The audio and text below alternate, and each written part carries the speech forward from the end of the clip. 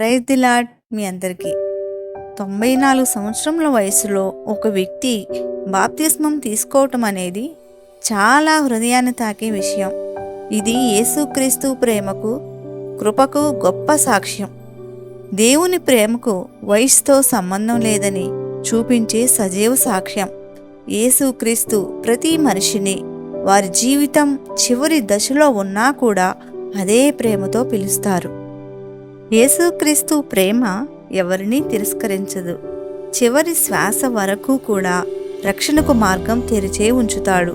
పశ్చాత్తాపంతో ఆయన నమ్మిన ప్రతి ఒక్కరిని ఆయన అంగీకరిస్తారు.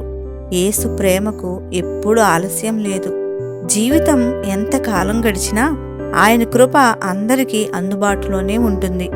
మనుషులు వయసు చూస్తారు, కానీ యేసు హృదయాన్ని చూస్తాడు. జీవితం చివరి దశలో ఉన్న యేసుక్రీస్తు ప్రేమ మారదు, తగ్గదు, ఆగదు. సంతోషం, బాధ, ఒంటరితనం, ఎన్నో ప్రశ్నలు. కానీ ఈరోజు ఆయన హృదయం యేసుక్రీస్తు ప్రేమను తెలుసుకుంది. జీవితం చివరి శ్వాస దగ్గరలో ఉన్న యేసు చేతులు ఇంకా తెరిచి ఉన్నాయి. ఈ ప్రేమ చివరి క్షణం వరకు వదలని ప్రేమ. బైబిల్ చెప్తుంది, యెహోవా నామమును పిలిచిన ప్రతివాడు రక్షింపబడను. రోమా అధ్యాయం 10:13.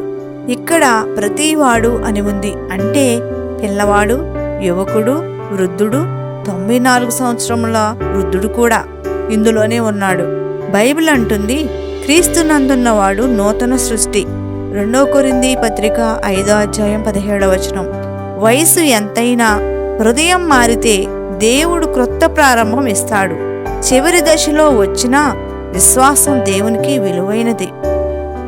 కొంతమంది ఇలా అనుకుంటారు, ఇప్పుడు ఎందుకు దేవుడు, ఇన్ని సంవత్సరాల తర్వాత ఎందుకు దేవుడు? కానీ యేసు చెప్పిన ఉపమానం గుర్తుందా? చివరి గంట వచ్చిన పనివాడికి, మొదటి గంట వచ్చిన పనివాడికి ఒకటే జీతం ఇవ్వబడుతుంది. మత్తయి సువార్త 20వ అధ్యాయంలో. బైబిల్లో సిలువపై ఉన్న దొంగ గుర్తున్నాడా? చివరి క్షణంలో అన్నాడు, ప్రభు, నీ రాజ్యంలోనికి వచ్చినప్పుడు నన్ను జ్ఞాపకం చేసుకో. యేసు సమాధానం, ఈ దినమే నీవు నాతో పరలోకంలో ఉండేదవు. లూకాసు వార్త 23వ అధ్యాయం 43వ వచనంలో. 94 సంవత్సరముల వృద్ధుడు బాప్తిస్మం మనందరికీ ఒక ప్రశ్న వేస్తుంది. నేనింకా ఆలస్యం చేస్తున్నానా? యేసు నన్ను పిలుస్తున్నప్పుడు నేను వాయిదా వేస్తున్నానా? ఈరోజు ఉన్న అవకాశం రేపు ఉండకపోవచ్చు, కానీ యేసు ప్రేమ ఇప్పుడే అందుబాటులో ఉంది. ఇంకా ఆలస్యం చేయవద్దు.